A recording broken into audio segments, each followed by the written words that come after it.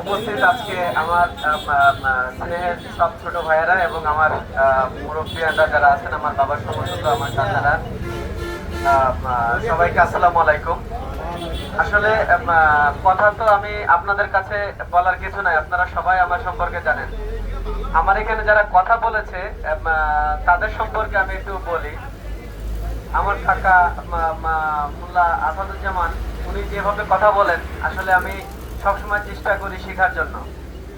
মানে ওনার কথাগুলো এত গোছানো হয় এবং উনি কথাগুলো যেভাবে মানে ব্যাখ্যা করে বলেন, সেটা আমাদের জন্য শিক্ষণীয় বিষয়।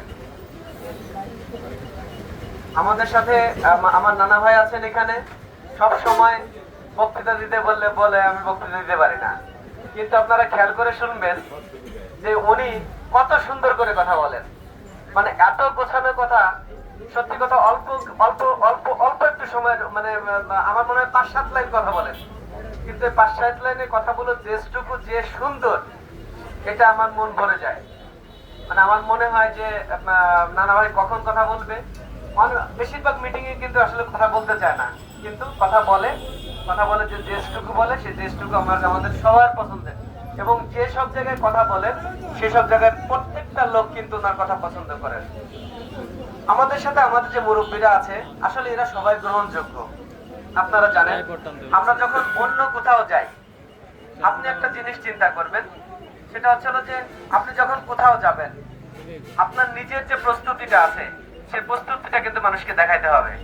সেই প্রস্তুতিটা যদি আপনি দেখান, তাহলে কিন্তু অন্য গ্রামের মানুষ বুঝবে যে না, এই লোকটার সাথে মুরব্বীরা আছে।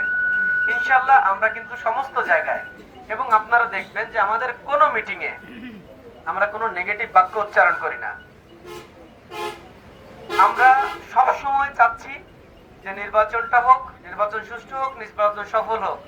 কারণ আমরা সফলতার অনেক ধাপে গণ, অনেকে অনেক পিছনে আছে, তারা চেষ্টা করবে বিভিন্ন ধরনের প্রোপাগান্ডা ছড়ানোর জন্য, যাতে আমরা রাগ করি। আমরা রাগ করব না, কারণ রাগে কিন্তু সফলতা আসে না। আর সফলতা কিন্তু একদিনের জিনিস না। আমরা সফল তখন হব, আসলে সফলতার কিন্তু শেষ নাই, সফলতার কোনো শেষ নাই।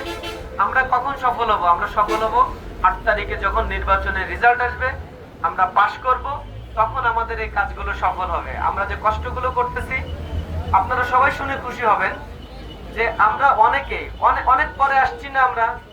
আমাদের এখানে কিন্তু হিটু ভাই যে জায়গাটা রোপণ করে দিয়ে গেছে, আমরা কিন্তু সেই জায়গাটা আবার মানে পানি দেওয়া শুরু করছি।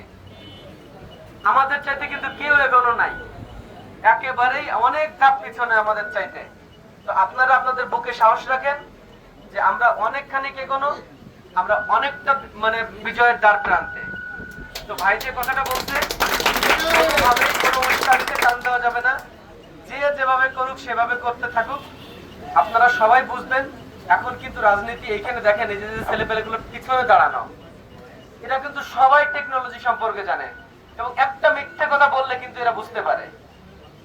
এবং আমি বিশ্বাস করি, আপনারা যারা মুরব্বী আছেন, আপনারা ভিলেজ পলিটিক্স করেন, আপনারাও কিন্তু বুঝতে পারবেন যে কে মিথ্যে কথা বলতেছে, কে সত্যি কথা বলতেছে। আমাদের এখন কিন্তু দুইটা ভাগ হয়ে গেছে, একটা ভালোর পক্ষে, একটা মন্দের পক্ষে। ইনশাআল্লাহ আমরা ভালোর পক্ষে আছি, ভালোর পক্ষে ছিলাম এবং ভালোর পক্ষেই থাকবো। আপনারা সবাই দোয়া করবেন। আপনারা যেভাবে কাজ করতেছেন, আমি আরো একটু ইনফরমেশন দিই আপনাদের, যে আমরা যেখানেই যাই, প্রত্যেকটা বাড়িতে আমাদের যে লিফলেট আছে, আমাদের যে পরিচিতির যে লিফলেট, সেই লিফলেটটা কিন্তু প্রত্যেকের বাড়ি পৌঁছাইছে 2 বার 3 বার 4 বার করে। অর্থাৎ তাদের কথা হচ্ছিল যে ভাই, আমরা তো আপনাকে ছাড়া কোনো ক্যান্ডিডেটই দেখি না। আমরা আমাদের এই জায়গাটা ধরে রাখতে হবে। আমাদের যে বড় কর্মী সংগঠন আছে, আমরা চন্দ্রদিগলিয়া থেকে প্রায় 200 জন কর্মী আমরা বের হচ্ছি। তো এটা কিন্তু চারটিখানি কথা না, এটা কারণ নাই। আমাদের সারা গোপালগঞ্জ দেবী প্রায় 12,000 কর্মী আছে, এটা ধারের কাছেও ধরতে পারবে না। তো আপনার ইচ্ছায় আপনারা কোনো প্রোপাগান্ডা কান দিবেন না।